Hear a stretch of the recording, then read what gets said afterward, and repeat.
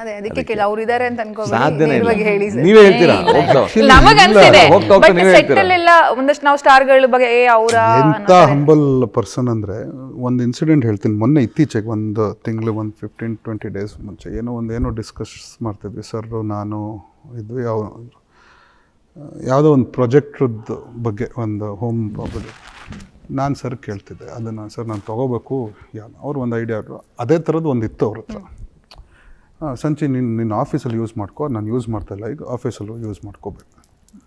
Okay, ನಾನು ಮನೆಗೆ ಹೋಗಿ ಅದನ್ನು ಆರ್ಡ್ರ್ ಮಾಡಿ ತೊಗೊಂಡೆ. ನೆಕ್ಸ್ಟು ಸಂಚಿಗೆ ಹೇಳಿದೆ ನಾನು ತೊಗೊಂಡಿದ್ದೀನಿ, ನಿನಗೂ ಚೆನ್ನಾಗಿ ಬರುತ್ತಲ್ವ. ಸರ್ ಇಲ್ಲ ಸರ್ ಅದು ನೀವು ಪ್ರೈಸ್ ನೋಡ್ಬಿಟ್ಟು ನಾನು ಅಲ್ಲಿ ಇಟ್ಬಿಟ್ಟೆ ಸರ್, ನಾನು ಇನ್ನೂ ನನ್ನ ಕೈಲಿ ಅದನ್ನು ಅಷ್ಟು ತೊಗೊಳಕ್ಕಾಗಲ್ಲ ಅನ್ನೋ ಥರದಲ್ಲಿ. ಅಂದರೆ ಇಟ್ ವಾಸ್ ಅದ್ರಲ್ಲಿ ಫಸ್ಟ್ ಬಂದಿದ್ದು ಅವನಿಗೆ ಕೊಟ್ಟರು ಅನ್ನೋದಕ್ಕೆ ನಾವು ಇಸ್ಕೊಂಡಿರ್ತೀವಿ ಇಲ್ಲ ಅಂದರೆ ಅದೊಂದು ಇತ್ತಲ್ವ. ನಾನು ಅದನ್ನು ನಾನೇ ದುಡಿದು ತೊಗೋಬೇಕು ಸರ್ ಅನ್ನೋದು ಒಂದಿತ್ತು. ಇನ್ನೊಂದು ವೆರಿ ಕ್ಯಾಶುವಲ್, ಅವ್ರಿಗೆ ಯಾವುದು ಹಿಂಗೆ ಇರಬೇಕು ಹಾಗೆ ಇರಬೇಕು, ಎಲ್ಲೋದ್ರೂ ಆರಾಮಾಗಿ ಇದಿರ್ತಾರೆ.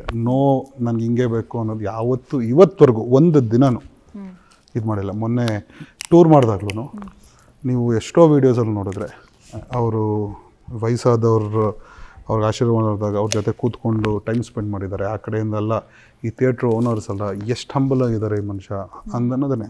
ಆ ಲೆಕ್ಕದಲ್ಲಿ is a gem of a person. Zee Kannada news premier ಲೀಗ್ಗೆ ನೋಂದಾಯಿಸಲು ಈಗಲೇ ಸಂಪರ್ಕಿಸಿ 9711881960. ಜಿ ಕನ್ನಡ ನ್ಯೂಸ್ ಪ್ರೀಮಿಯರ್ ಲೀಗ್ನಲ್ಲಿ ಫ್ರಾಂಚೈಸಿ ಆಗಲು ಈಗಲೇ ಸಂಪರ್ಕಿಸಿ 9711881959.